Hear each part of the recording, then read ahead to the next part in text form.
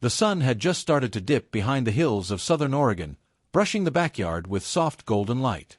I stood by the window, glass of bourbon in hand, untouched. I'm not really a drinker, never have been. But lately, the quiet in our house didn't feel peaceful. It felt suffocating, like I was wearing someone else's skin and it was shrinking by the minute. Out front, the sprinklers kicked on, misting over the lawn like clockwork. Still, no headlights. No sign of her. Emily was late again. I looked up at the clock. 7:43 p.m. She said she'd be home by 6. Just a casual brunch with her girlfriends, maybe a little shopping after. I remember her saying it that morning while she threw her hair into a messy bun, one hand brushing on mascara, the other digging through her purse. But she didn't look at me when she said it. Lately, her voice carried this weird rhythm, like she was reading from a script she didn't believe in anymore. Then I heard it, gravel crunching under tires. My eyes snapped to the driveway just as her SUV rolled in, headlights dimming. 1 minute passed, then another.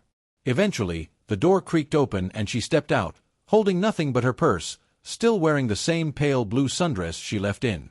I watched her from the hallway as she slipped inside and quietly shut the door behind her. "You're late," I said, trying to keep my voice even, casual. She looked up, surprised to see me standing there like she forgot I lived in the house too. I know, she rushed. "We stayed longer than planned.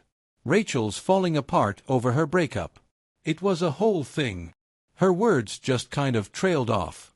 She was making it up as she went, I could tell. And I didn't say anything. Just gave a slow nod as she brushed past me toward the kitchen. For a second, I thought about dropping it. All of it. The late nights. The distance.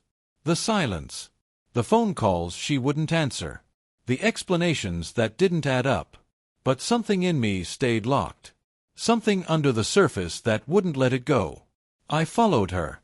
She was already at the fridge, pulling out a bottle of sparkling water. As she twisted the cap, the thin strap of her dress slipped slightly off her shoulder, and that's when I noticed it, something on her wrist. Not obvious, but not nothing either. A faint set of red marks, lined up evenly, like something had been wrapped tight around her skin for hours.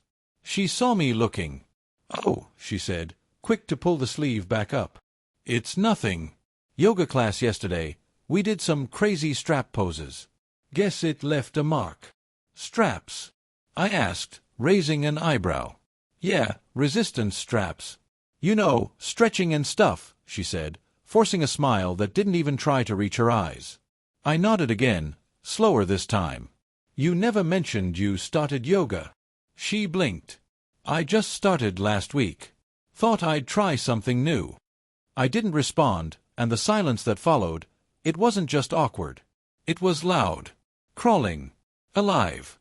That kind of silence that fills a room with all the things you don't say. She poured the water into a glass, her hand trembling just enough for me to catch it. "I'm gonna shower," she mumbled, disappearing down the hallway without waiting for me to say anything. I stayed there in the kitchen, staring at that half-empty glass she left behind. A little ring of condensation had already formed around it on the counter. I pulled out my phone and opened up a number I hadn't dialed in months. Detective Tom Lanford. My thumb hovered over the call button. I didn't want to be that guy, the suspicious husband, the paranoid cliché. But clichés exist for a reason, don't they? I locked the screen instead. Not yet. But something inside me had already shifted, like the soft crack of a branch in the woods. Quiet. Small. But real. Something was off. And I didn't trust the quiet anymore. The next morning was like any other. Soft gray light slipping through the blinds, birds outside sounding half asleep, like even they didn't believe in the day. I stood in front of the bathroom mirror, dragging a razor across my jaw with slow, steady movements. Steam blurred my reflection, which was probably for the best. Lately, I didn't recognize the guy staring back. He looked haunted, like someone mid-fall with no clue whether to brace for the crash or just let it happen. Emily had already left by the time I came downstairs. A neat little note sat on the table. "Out running errands. Love you." Same handwriting. Perfect. No smudges. Not even a hint of hesitation. I stared at it like it was written in some dead language I used to speak fluently but couldn't remember anymore. Then my phone buzzed. "Logan, come by this afternoon. Got something wild to show you. You'll love it. Maybe for the new house?" Logan Blake. My oldest friend. Like a brother, really. We'd been through everything together. College, heartbreaks, cheap apartments. He even stood next to me when I married Emily. She always liked him. Maybe more than she should have, thinking about it now. I stared at that message longer than I should have. Then finally typed back, "Sure. What time?" So I followed Logan through the house, trying to ignore the way it felt like a showroom more than a home. Every surface was spotless, leather and citrus in the air, no clutter, no photos, no real signs of life. It was too clean, too curated, like someone designed the place for people to walk through it, not live in it. He led me down a narrow hallway and then a flight of floating stairs. The basement was massive, cold, with smooth concrete floors that looked polished enough to eat off of. Weird, abstract sculptures lined the corners, twisted pieces of metal and wire that didn't look like art so much as warnings. That's when I saw it. Off in the far end of the room, covered by a heavy black cloth, was something human-sized. Rectangular. It gleamed faintly from beneath the fabric, metallic, tall, too tall for a table, too square for anything casual. "What's that?" I asked, and my voice cracked halfway through. My heart was already picking up speed, even though my brain hadn't caught up yet. Logan turned toward it, eyes almost gleaming. "Oh, that," he said with a lazy grin. "Just something new I've been playing with. You know me and my taste in weird stuff." I moved closer, against my better judgment.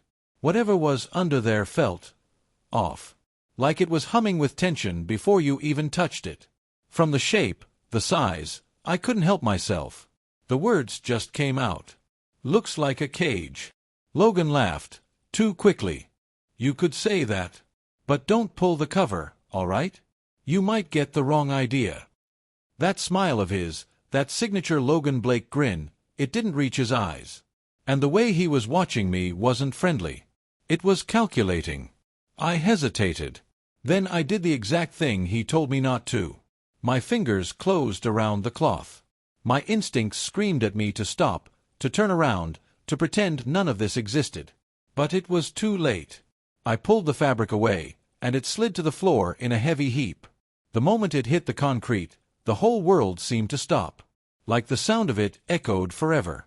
Everything else, the faint buzz of the lights, the low hum of air vents, even the rhythm of my own breath, just faded. Because there, inside the cage, was my wife. Emily. She wasn't crying. She wasn't begging.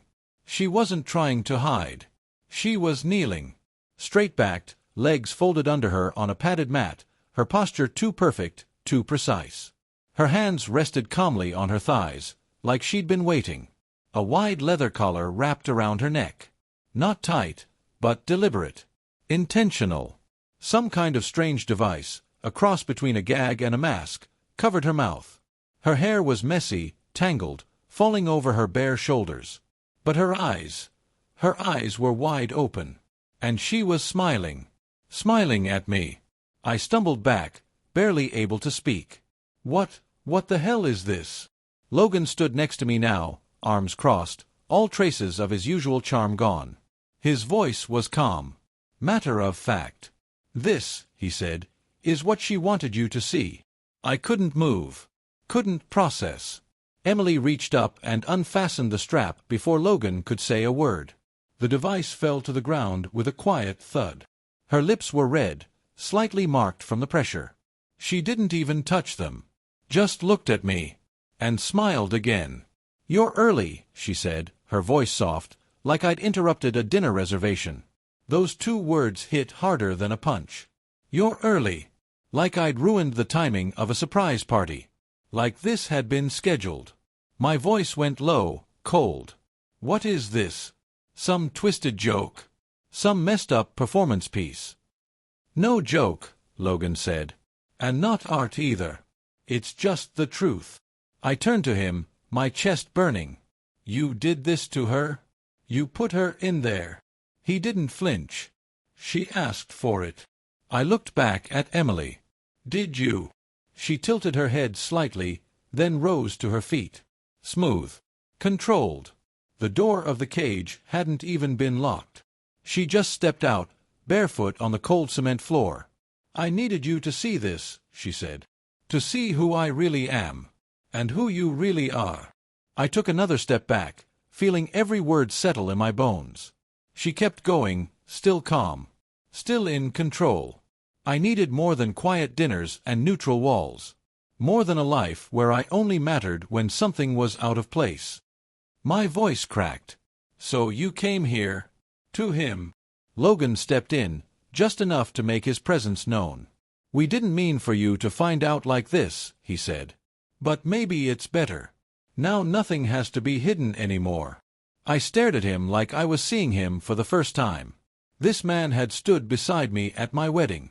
Toasted our future. Held my secrets. You're supposed to be my friend. I was, he said. Maybe I still am. Maybe this honesty, this raw, ugly truth, is more real than anything we had before. My mind spiraled. Every thought crashing into the next. I looked at Emily again, desperate to find some trace of the woman I used to know. The one who fell asleep on my chest mid-sentence, who giggled at cheesy sitcoms, who once cried during a sunset because it was so beautiful. But she was gone. Not missing. Not stolen. Gone by choice. And what was left standing in front of me now, this version of her, wasn't lost. She wasn't uncertain. She was absolutely sure. I turned away. My throat felt like it was lined with glass. I didn't say a word. As I walked toward the stairs, I heard Logan's voice behind me. Come. Almost gentle. You wanted the truth, man. Now you've got it. But I didn't answer. I couldn't. Because what had settled inside me wasn't rage. It wasn't even grief. It was something heavier. And it didn't have a name. I don't even remember the drive home. All I know is I gripped the steering wheel so hard my knuckles went numb, and the trees outside blurred into one endless smear of shadow and green. I don't think I blinked once. The only thing playing over and over in my head was the image of Emily, kneeling in that cage, so calm, so at peace, like that version of her had always been hiding beneath the surface and I just never noticed. By the time I pulled into our driveway, the sun had dipped below the horizon. The porch light clicked on like any normal evening, pretending the world was still the same. But it wasn't. Not for me. I stepped out of the car and into the quiet. The house looked identical to how I left it, but the air inside felt heavier. Lavender. That was the first thing I noticed. Her favorite candle still burned on the entry table, sweet and floral like nothing had shattered. But the smell churned my stomach.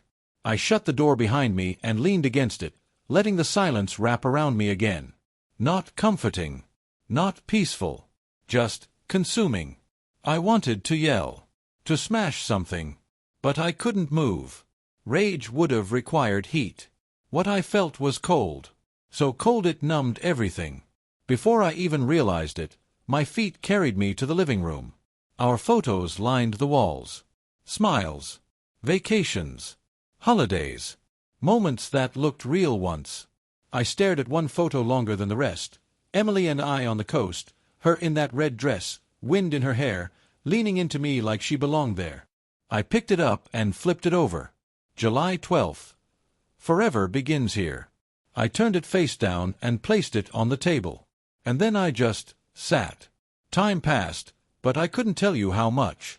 The candle burned lower. The fridge hummed. The clock ticked. The world kept moving like it didn't care. That's when I saw it, my old sketchbook. The one I hadn't touched in months. Back in the day, I filled it with blueprints and design ideas, concepts for homes that made people feel something. Safe. Seen. Grounded. Now it was mostly blank. I opened to a clean page. Picked up the pencil. At first, my hand didn't move. Then, slowly, like muscle memory taking over, I began to draw. A square. Measured. Balanced. Then another. Thicker. Taller. I shaded one side, then the other. A cage. Not a metaphor. Not a symbol. An actual structure. My hand picked up speed, details forming on instinct. Hinges, rubber lining, vents, reinforced frame. It wasn't just a cage. It was precise. When I finished, I wrote 2 words in the corner. Truth box. I stared at the sketch. Not with anger. Not with tears.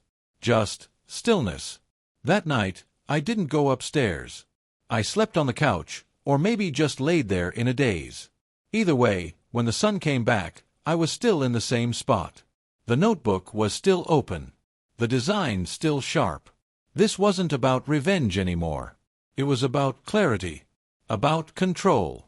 I had spent my life designing homes that looked good on the outside, hoping that would be enough. Now, for the first time, I was designing something for me. Not beautiful. Not comforting. Just honest. Then came the knock. I sat up, still groggy. Glanced at the clock. Just past 7 a.m. The knock came again, harder this time. I got up and opened the door. There he was, Detective Tom Lanford.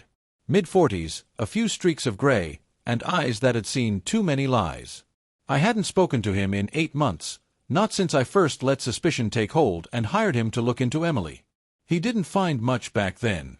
But now I didn't need proof. I had seen it. "You said you'd call when you were ready," he said, stepping inside like he already knew. Guess I should have known the call would come in silence. I closed the door behind him. "Something changed," I told him.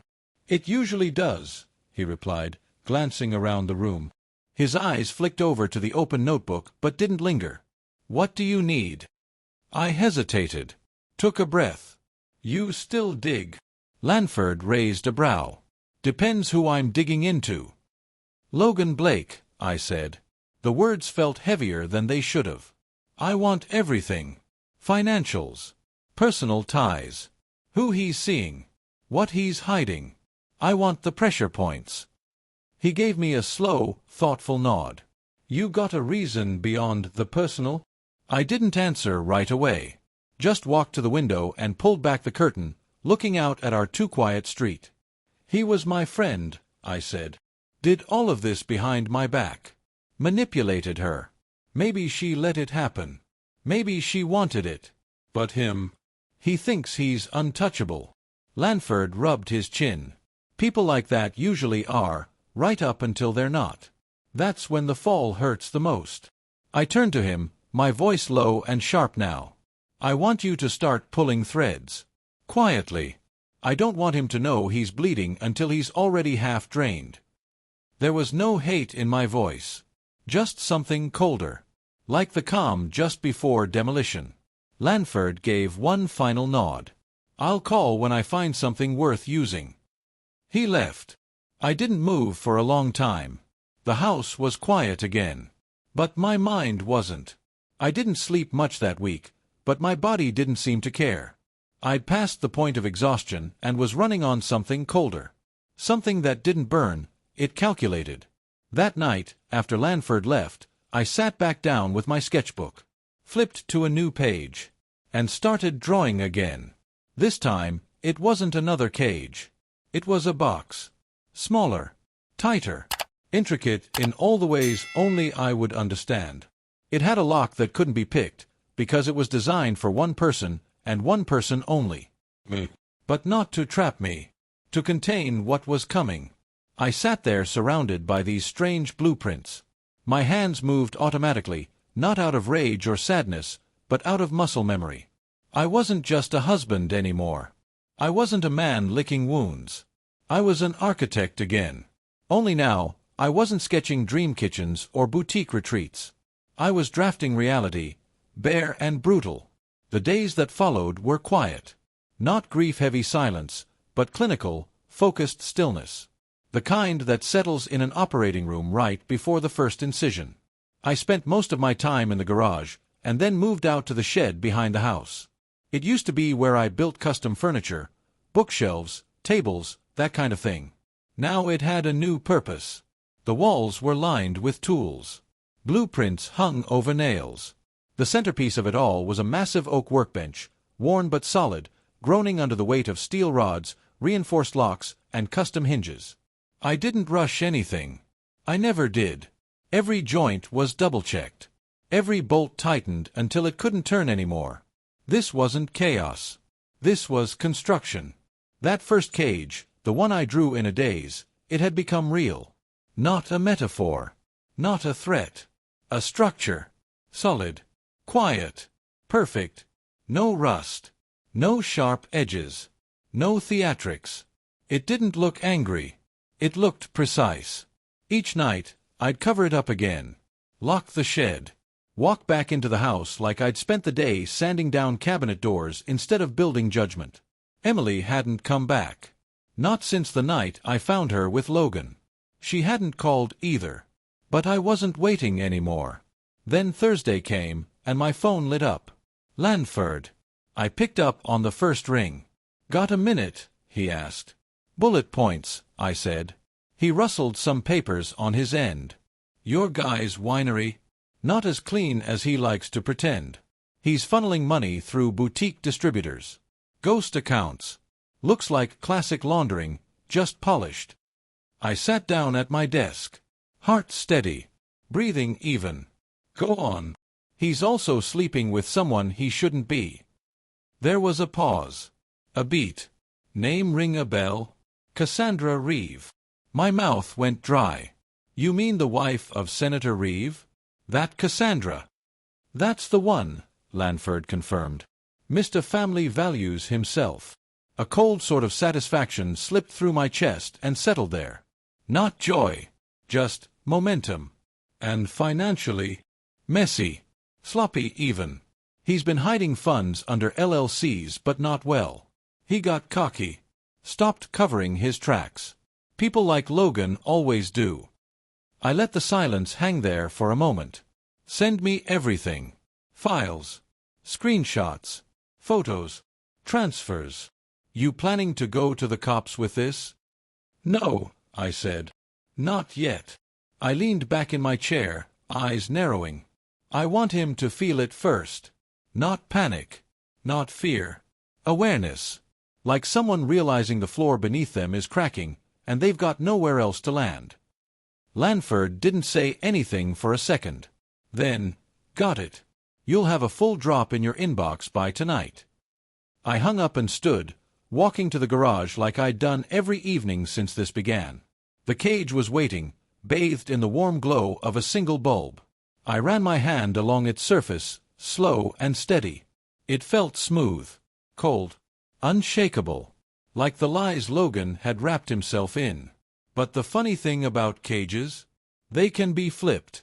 That day, it had been Emily inside. But soon, the frame would shift. Later that night, I stood in my office with the curtains drawn halfway. Rain tapped gently on the window. The kind of gray, overcast drizzle that never pretends to be anything it's not. I liked that kind of weather. It didn't fake optimism. It was just honest. Behind me, the printer hummed as it pushed out sheet after sheet. Logs. Bank statements. Photos. Every piece Lanford had found now existed not just on my computer, but on paper, real and heavy. I picked up the first photo. Logan, laughing, one hand on the waist of a woman in a crimson dress. Cassandra. Not even trying to hide it. Her wedding ring still on. His shirt slightly unbuttoned. Her eyes locked on his like the rest of the world didn't matter.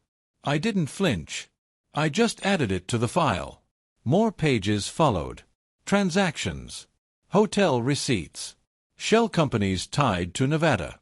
It was all there. And paper. Paper doesn't scroll away. You have to hold it. You have to carry it. This wasn't just evidence. It was weight. Later that afternoon, I got in the car. No destination in mind. Just direction. West. Toward the hills Logan always used to talk about. The kind of roads we'd take back in college to clear our heads. Windows down. Music loud. Sky wide open in front of us. Back when we thought loyalty was built in. Turns out, some friendships had already died. We just hadn't buried them yet. Eventually, I pulled off onto a gravel path and parked behind a line of trees. Ahead of me, Logan's vineyard stretched across the hill like a ribcage. All glass and black steel. A monument to vanity disguised as charm. I knew the gate code. Of course I did. He'd never changed it. 3729. His college football number. Click. The gate opened, and I slipped inside like I belonged. Inside Logan's winery, everything was still. Too still. The tasting room was dark, closed on Mondays, but his car was parked right out front. He was here. Somewhere in that perfectly polished building. I didn't come to confront him. Not yet. I came to observe. To listen.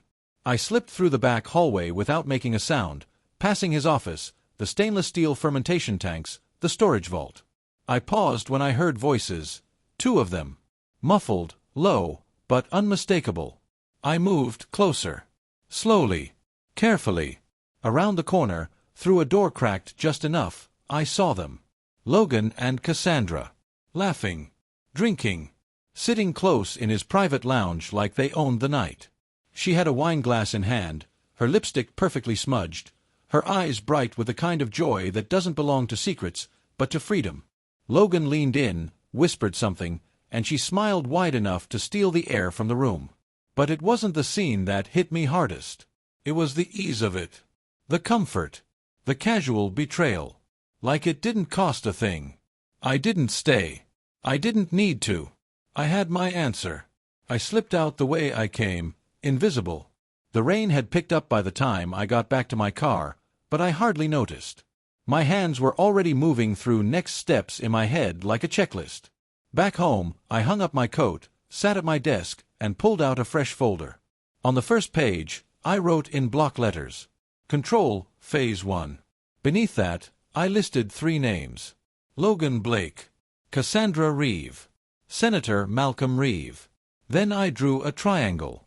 And from there, I started drawing lines, connections, paths, pressure points. This wasn't about destruction. Not yet.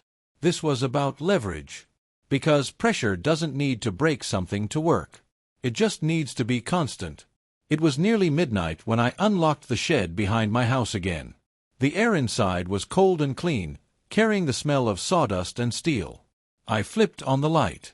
The cage stood exactly where I left it. Complete. The bars were smooth. Welds flawless. The lock mechanism nearly invisible, part of the design, not an afterthought. It didn't look like a trap. It looked like clarity. I circled around it slowly, inspecting every piece, running my fingers along the frame like a surgeon checking an incision. The door opened smoothly. Closed even smoother. The latch clicked shut with a sound so soft it was almost gentle. Above it all, a single camera was already mounted in the rafters. Not dramatic. Not invasive. Just angled for stillness. To capture truth in its rawest form. And then I opened the drawer. The last piece. A panel of mirrored glass. Not for the outside, for the inside. I installed it on the back wall of the cage, perfectly centered, reflecting the bars, the room, the person within. Anyone who stepped in wouldn't be looking out. They'd be forced to look in. When I stepped back and looked at the finished build, I didn't feel triumphant. I didn't feel proud. I felt exact. Because in my world, precision is power. I turned off the light, locked the shed, and looked up. The stars were out, cold, distant, uncaring. But I didn't need them to care. I just needed them to witness. The next morning, I sat at the kitchen table with a cup of black coffee and a manila envelope in front of me. Inside it, everything. Bank statements, photos, hotel check-ins, a wire transfer from one of Logan's shell companies to a boutique distributor in Nevada. Not illegal, maybe, but shady as hell. And damning. I laid it all out on the table like puzzle pieces. Then I opened the drawer, pulled out a smaller envelope. Inside, a USB drive. Digital backup. I clipped it to the larger file. On the front, I wrote one word in clean, sharp lettering. Evidence. By noon, the whole package was hand-delivered to a law office in Salem. Not just any firm, one Lanford recommended. Discreet. Reliable. The kind that knows how to hold things without asking questions. They were told one thing. Deliver this only if instructed. And if anything happens to me, it goes public. That evening, I stood by the same window I had a week earlier. Same glass. Same fading light. Only this time, I wasn't a man waiting for answers. I was a man writing the final page. I parked 2 blocks from Logan's place. The early evening air smelled like pine and wet pavement. The sun was dipping behind the horizon, throwing a burnt orange sky across the winding road. Golden hour. Perfect time for truth. I checked my watch. 6:57 p.m. He was expecting me at 7. That morning, I'd called him. Calm. Friendly even. No threats. No tension. Just a suggestion. Let's talk, I'd said. You and me. One time. Clean slate. There'd been a pause. I heard it in his voice. Curiosity. That was always Logan's weakness.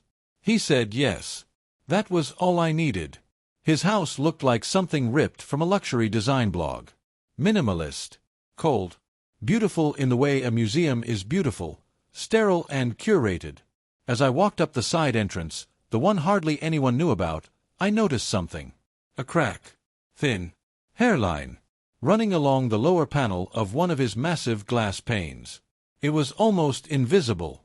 But not to me. The first fracture. The door opened before I could knock. And there he stood, smiling like he still thought he was in control. Logan opened the door with 2 glasses of scotch in hand and that same easy grin he always used when he wanted to disarm me. Figured you'd want the good stuff tonight, he said, raising the glass toward me. No hard feelings, right? I took it, but didn't drink. Just stared at the amber liquid swirling around the ice. That depends, I said, following him inside. He led us into the sitting room by the fireplace. The whole place was designed like a catalog cover. Sleek, cold, impressive. The kind of room built for image, not for comfort. I sat down stiffly, letting him feel like the host. So, he said, crossing his leg with that practiced ease, you wanted to clear the air? I did, I replied, reaching into my coat. But first, I need to show you something. Logan's eyes narrowed just slightly. This isn't some kind of intervention, is it? I didn't answer. Just set a small black box down between us on the table. He looked at it, confused. What is that? I flipped it open. Inside, nestled in foam, was a flash drive. His eyes locked on it. What's on it? I folded my hands together. Controlled. Everything. Your ghost accounts. Financial transfers. Photos. And Cassandra. He didn't flinch. Didn't blink. I don't bluff, I said. You know that about me. He leaned back. His smile was still there, but it had gone brittle. Something behind his eyes shifted, darkened. What do you want? He asked, voice tighter now. Money. Silence. A confession. I want balance, I said.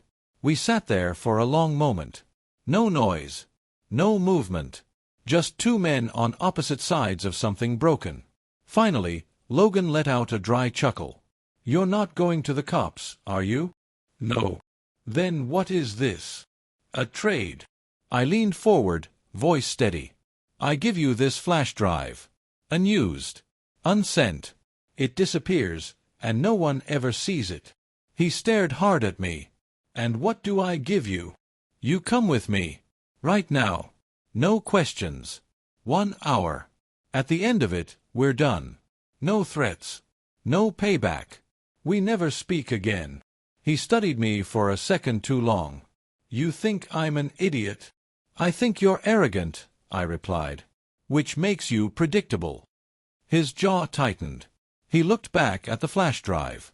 Then he stood. All right, he said, grabbing his coat. Let's see what this is really about. We didn't talk on the drive. The silence wasn't awkward, it was loaded. He didn't ask where we were going, but I could see it working on him. Every mile took him further from the script he thought he was writing. When we finally pulled up to the shed behind my house, the headlights cut across the trees, casting long, knife-like shadows on the gravel. Logan leaned forward, squinting. This isn't your office, he said. I didn't answer. I parked. He got out, following behind me slowly, eyeing the structure. "Okay," he said with a short, uneasy laugh. "This where you bury the bodies?" I didn't laugh. Just pulled the key from my pocket and unlocked the shed door. It opened with a soft click, revealing darkness. I stepped in first and hit the light. The cage stood in the middle of the room, flawless, clean, deliberate. Logan stepped inside behind me. He stopped the moment he saw it. He exhaled slowly. "Wow, you've been busy." I didn't respond. Just walked over to the wall and pressed the button. A small red light blinked to life above the camera, now recording. "This is a joke, right?" he asked. His tone wasn't amused anymore. Not quite nervous, but no longer in control. "No joke," I said, my voice flat. "You built this." "I did." "And what, you want me to step inside?" He tried to laugh it off. "You know that's not really my thing." "It's not about punishment," I said. "It's about perspective." He raised an eyebrow. "Perspective?" I nodded toward the cage. "You go in. 1 hour. When it's over, you walk out. You get the drive. And we're done." He gave me a long look. Then, in a move I still can't fully explain, he stepped forward. Maybe to prove something to himself. Maybe to test me. He peered inside. The space was minimal, just a mat on the floor, and the mirrored panel across from the door. "This is it?" he asked. "That's it." After another beat, he stepped in. I followed behind and gently closed the door. It didn't lock. It didn't need to. The latch clicked into place like a breath being held. Logan turned to look at me. "You gonna lock me in?" "No," I said. "You can leave whenever you want." He hesitated. Then he looked at the mirror. Really looked. And for the first time, the swagger drained from his face. Not from fear, but from realization. There was no power in that room. No applause. No party. Just his own reflection. Just the man beneath the mask. No woman on his arm. No audience. Just him. I didn't say another word. I stepped back to the door, leaned against the frame, and let the camera roll. The cage was quiet. And for once in his life, Logan Blake was truly, completely, alone with himself. I'm not sure when exactly it started to feel lighter. It wasn't sudden. It didn't happen after a big conversation or a good night's sleep or some movie with a life lesson. It was quieter than that. One day, I opened a window, breathed in the air, and it didn't hurt anymore. Not joy. But not pain either. Emily never came back. And I wasn't waiting. She had her story, and I had mine. Maybe she's happy now. Maybe she's still figuring things out. I don't know. And honestly, I stopped trying to imagine it. Stopped rewriting the past in my head. Life just moved on. And it didn't ask if I was ready. It just kept going. With morning tea. With grocery runs I used to do with her. With weekends that didn't need to prove anything to anyone. I started drawing again. Not homes. Not plans. Just the city. People. The way puddles looked in streetlight reflections. An old man with a dog who passes my house every day and nods at me like he knows something I don't. One afternoon, I met a woman in the park. We talked, not intentionally. She was with her nephew. I was sketching alone on a bench. We chatted about the weather. About movies. About how hard it is to trust again. We didn't exchange numbers. But I remember her voice. Calm. Unforced. The kind of voice that just sits with you, doesn't try to prove it belongs. And you know what I realized? Sometimes life doesn't give you closure. It doesn't return what you lost. But it gives you a chance. Not to get back what's gone. But to begin again. Differently. Thank you for visited my YouTube channel. Your support, likes, and comments truly inspire me to create even more engaging content. If you enjoyed this video, don't forget to subscribe and hit the notification bell so you never miss an update. You're a part of this amazing community, and I'm thrilled to share my stories with you. See you in the next video on YouTube.